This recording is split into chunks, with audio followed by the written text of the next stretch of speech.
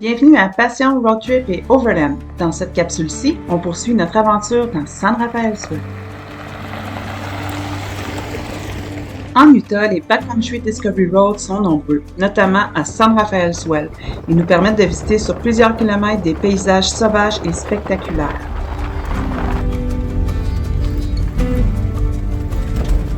À San Rafael Swell, c'est très facile de trouver un endroit où passer la nuit. Les dispersed campgrounds sont très nombreux et à la période de l'année où on y était, donc en juin, c'était très facile de trouver un endroit où camper.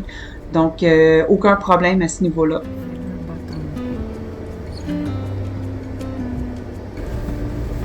In 400 meters, arrive at San Rafael River Crossing. Donc aujourd'hui, on devait passer la rivière San Rafael, mais il y a eu des flash floods il y a quelques jours et le niveau de la rivière est très haut et le courant assez fort.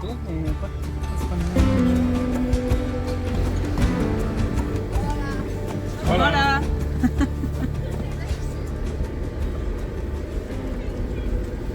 Donc, on est toujours à San Rafael Swell. Il y a des petites rivières à traverser. On est en train d'évaluer si on risque de le faire. Ou c'est pas faisable. Stéphane il est en train d'évaluer ça là-bas. Ça, c'est la rivière qu'on pensait de traverser, mais clairement, ce qui est de plus proche de nos pieds ici, c'est comme une rigole de débordement de la rivière, probablement. Mais on voit le courant dans la grosse rivière. Ben, grosse rivière. Normalement, ça se traverse en véhicule, cette affaire-là. Là, il passe des arbres, il passe un peu de n'importe quoi, puis ça a l'air d'être pas mal haut. Fait que, on prend pas de chance. D'après moi, je passerai même pas de toute façon. Fait que, on va faire un U de turn.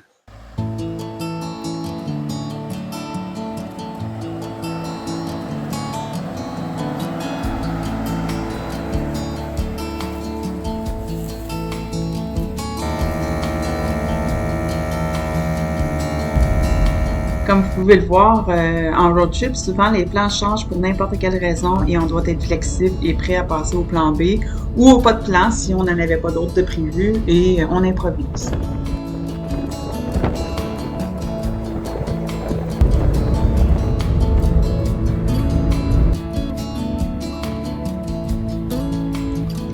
On reprend la route vers Temple Mountain, qui est un autre BLM où on va faire des trails et qui était aussi prévu comme notre prochain campement.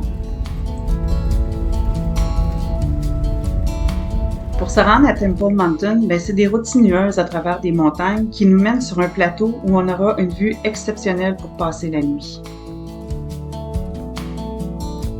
Ben voilà, c'est ici qu'on va passer la nuit. Donc, le 12 heures qu'on a été présent à Temple Mountain, sur le plateau, on était seuls au monde. On n'a croisé personne, c'était le calme plat. On a eu droit à un magnifique coucher de soleil, c'était vraiment superbe. Puis c'est un endroit qu'on va retourner assurément.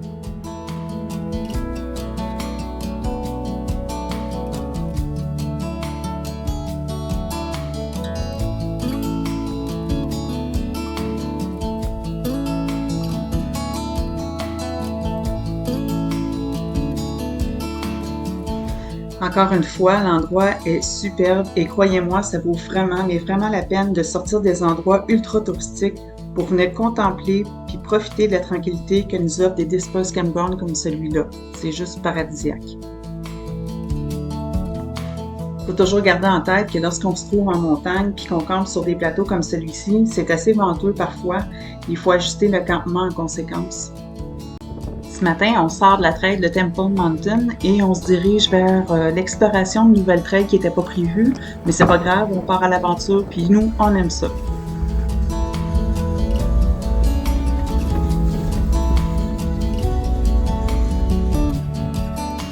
On se dirige vers la sortie de Temple Mountain ce matin. Le ciel est un peu gris, mais le paysage reste sublime jusqu'à ce qu'on sorte du parc. Et la route se fait super bien, donc c'est smooth, puis c'est agréable jusqu'à ce qu'on se rende sur les chemins asphaltés. À la sortie de Temple Mountain, on aperçoit des accès pour des trails à partir de la route sur laquelle on circule, donc puisque c'est ça qu'on aime, on y va.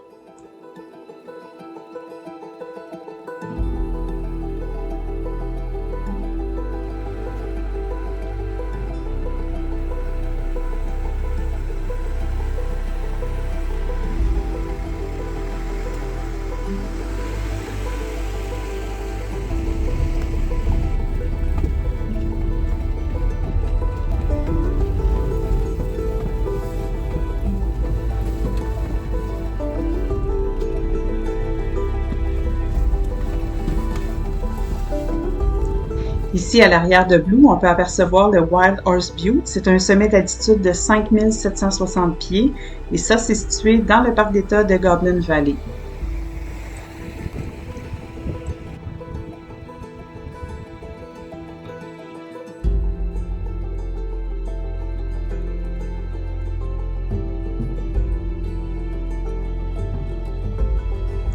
Un peu plus loin dans la trail, on se rend compte qu'il commence à y avoir des parties qui offrent quelques obstacles à traverser et donc la possibilité pour nous de pratiquer avec Blue au travers ceux-ci.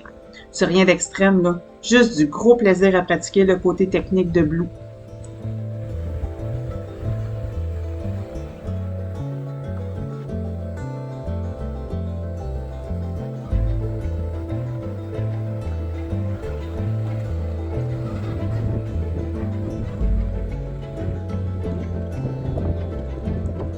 Molly's Castle, c'est magnifique et c'est bien agréable de se promener au travers les trails. Ça nous rappelle un peu Monument Valley avec son look du Far West.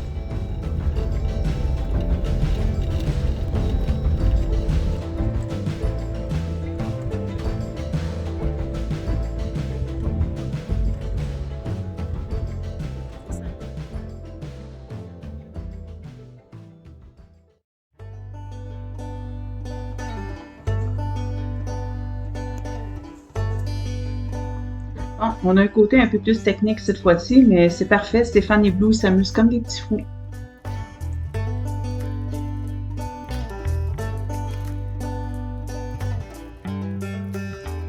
Molly's Castle, ça a un sommet de 5265 pieds d'altitude. Ça dit rien comme ça, là, mais c'est magnifique autour et ça a été très très agréable de s'y promener. Ça, c'est situé tout près de Goblin Valley. Good. Good. Super.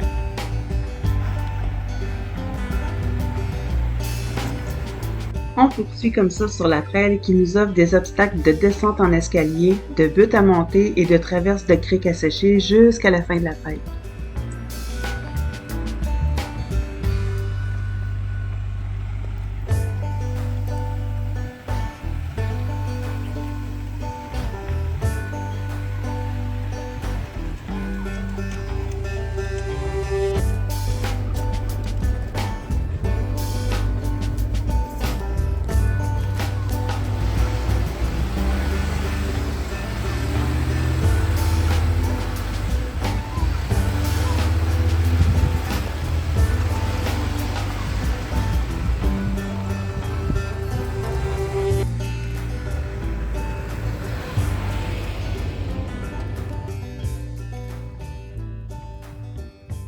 Donc, ce matin, on avait de quoi de prévu, mais finalement, on a détourné. On est allé voir près de Goblin State Park.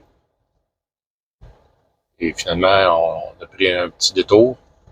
Là, on est sur un chemin pour retourner vers l'Highway 24. Et toujours dans ce même désert, ce que vous voyez de vert pâle alentour de nous autres, là, tout partout, c'est de la sauge. C'est ça que, quand ça sèche puis qu'il vente fort, c'est ça qui fait des tumbleweeds là, beige jaune. Donc, toutes ces petites bouches-là vont faire des futurs tumbleweeds potentiellement ou juste sécher à venir gris sur le bord. Et un des problèmes de feu de brousse, si on peut dire, c'est que quand ça vient trop sec, ben, il y a du combustible à perte de vue, très difficile à maintenir, puis les vents deviennent extrêmement violents. Il y a déjà eu des pompiers décédés malheureusement en combattant ces feux-là. Fait que même ici, il faut faire attention de noyer le feu si on en fait un, puis de respecter les conditions, les réglementations.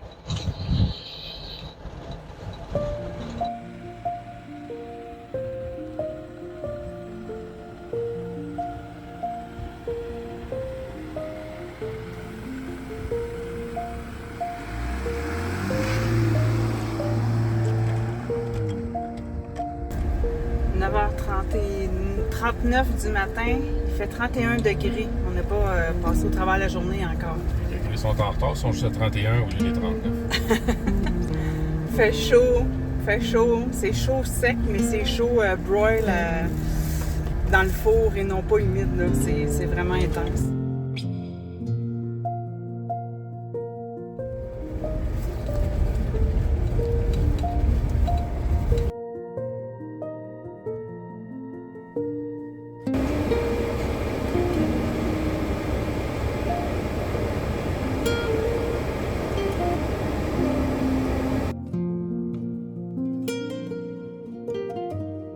Donc ici, on a une belle route de campagne. En fait, c'est le Highway 24 qui s'en va jusqu'à Hanksville. Et puis, on a un sentier duquel on vient de sortir. Il y a une gate. La gate, laissez-la comme vous l'avez trouvée. C'est ouverte, vous la laissez ouverte. C'est fermé, vous la laissez fermée. Et c'est principalement pour que le bétail qui pourrait être de ce côté-là puisse se promener librement, mais pas sur le highway. Donc, on voit ici qu'il y a un enclos pour rassembler les bêtes quand ils ont besoin de les ramasser. En route pour Poison Spring.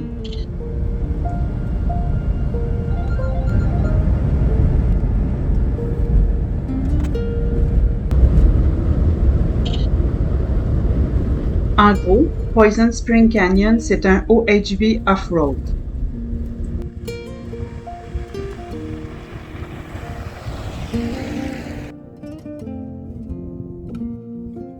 Les raboteux pour pas décompter.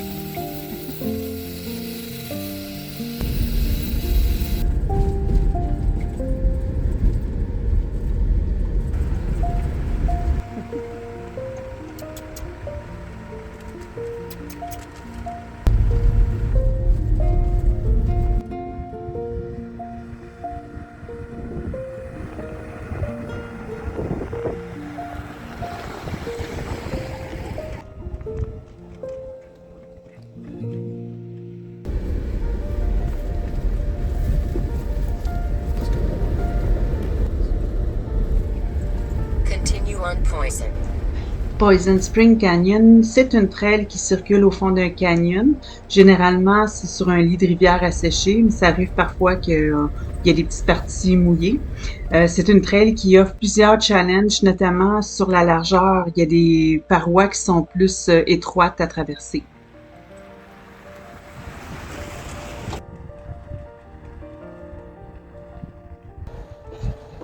Donc aujourd'hui, une petite trail prévue à l'horaire, 100 km ou je sais pas trop, là, mais elle était longue. On a présentement une première section qui est 22 km. On va atteindre, là il en reste 21 maintenant, on va atteindre une rivière qu'on ne sait pas encore si on va pouvoir traverser. Officiellement, on aurait pu appeler le ranger pour avoir des conditions de la trail puis de la rivière. Semblerait-il, après s'être renseigné au garage, que ça fait une couple de semaines qu'il n'est pas mouillé dans le secteur. Fait que probablement que la rivière ne sera pas très élevée. Mais on va voir aussi les conditions là, parce que je ne pourrais pas faire 100 km à 10 km/h. Ça va me prendre 10 heures. Là. C'est comme un petit peu trop long. Donc on espère que la trail s'améliore devant nous autres. On semble dans un lit de rivière à sec.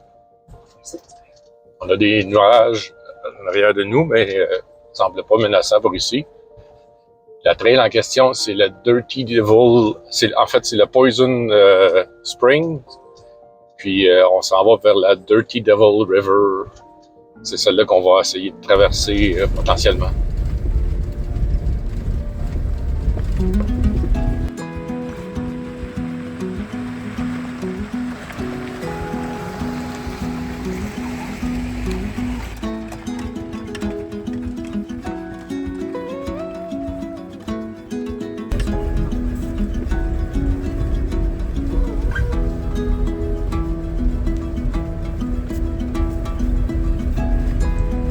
Disons que le lit de rivière de Poison Spring brasse pas mal, même avec les pneus dégonflés. Bon, on roule plus lentement, puis ça nous permet de tremper les parois rocheuses. Certaines de ces parois affichent même des pétroglyphes réalisés par des peuples indigènes autochtones il y a plusieurs milliers d'années.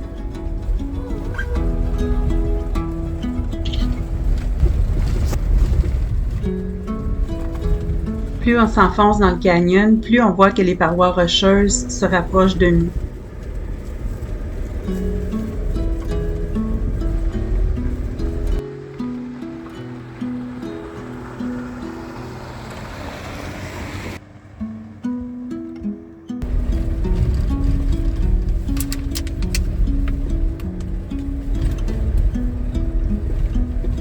Poison Spring, c'est une trail qu'on voulait vraiment faire, donc on était très contents d'être là cette journée-là.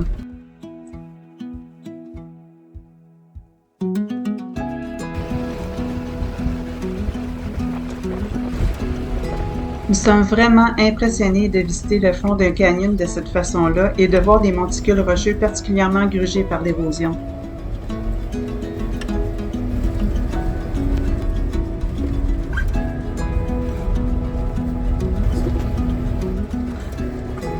De notre petite trail de 22 km pour se rendre jusqu'à la rivière, on a décidé de virer de bord parce que il y a des nuages, puis on roule dans un canyon quasiment comme une rivière tout le long. Donc on va mettre ça safe, puis on va virer de bord tout de suite plutôt que d'être en trouble tantôt.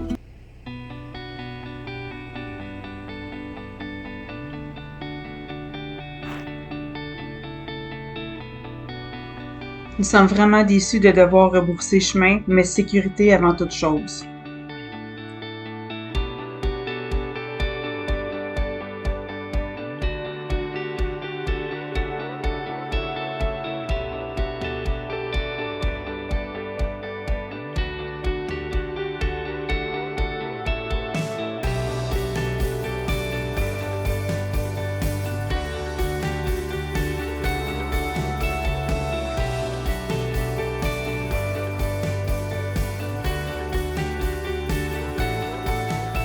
Poison Spring, tu vas sûrement nous revoir.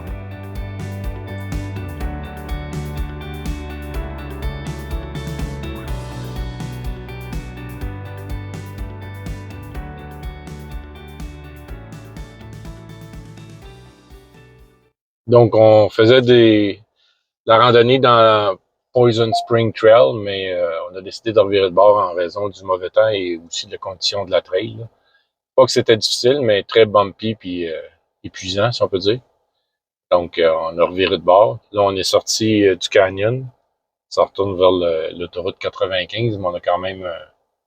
l'autoroute 95, c'est un Highway 95, là, c'est un US 95 et non pas l'Interstate. Et on a 4 km encore à faire pour arriver à l'asphalte.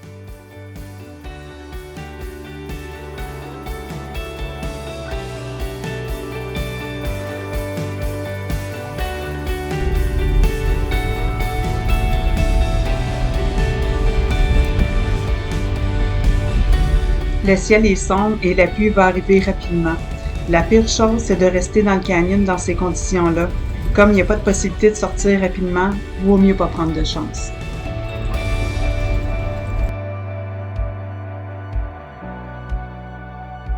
Fais-tu chaud, mon chéri? Mm-hmm. Là, qu'est-ce qu'on fait? On remet de l'air dans les pneus pour être capable de reprendre la route. Sauf que là, on s'en va vers une ville et il pleut là-bas. On n'a pas le goût de prendre de mauvaises températures. En même temps, on devait coucher dans un BLM à cet endroit-là. Donc, l'autre option qu'on aurait serait de coucher Dans la montagne à côté. dans la montagne là-bas. Ici. C'est juste pas s'il y a des terrains disponibles dans ces coins-là. Ouais, il faudrait aller voir.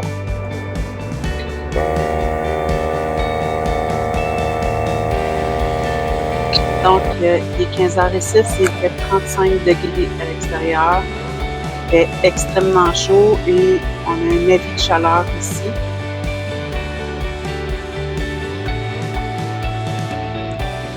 En sortant de Poison Spring, on a pris la direction opposée du mauvais temps, ce qui nous a emmenés sur une nouvelle trail qu'on a pris et c'était un nouveau BLM. Donc, on avait l'embarras du choix pour trouver une place pour dormir. Il y avait personne, on était toutes seules. On était surpris par un bel endroit à visiter en plus. La journée avance et là, il faut trouver notre site de campement pour la nuit. C'est vraiment tentant de se mettre à l'ombre des monticules rocheux, mais on garde en tête qu'il peut pleuvoir durant la nuit et le risque d'éboulis est très grand.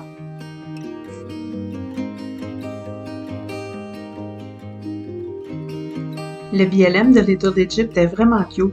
C'est en quelque sorte la continuité des monticules de roche de Goblin Valley.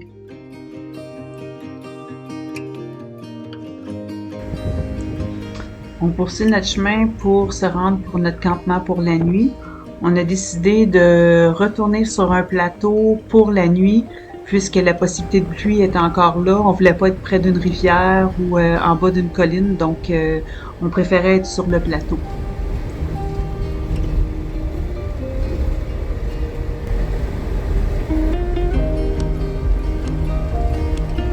Enfin, on a trouvé notre campement. On va pouvoir récupérer de notre longue journée et reprendre la route demain pour de nouvelles aventures.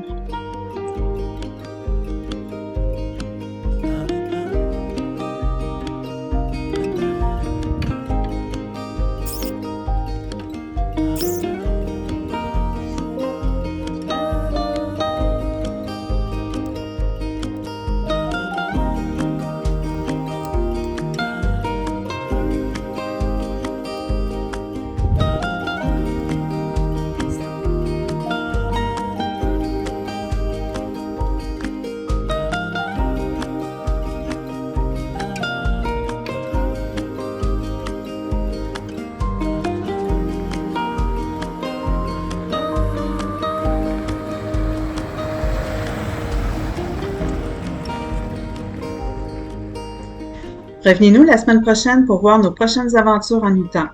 Nous visiterons Swingarn City où nous nous promènerons dans les dunes de Factory Butte et nous allons découvrir Cathedral Valley.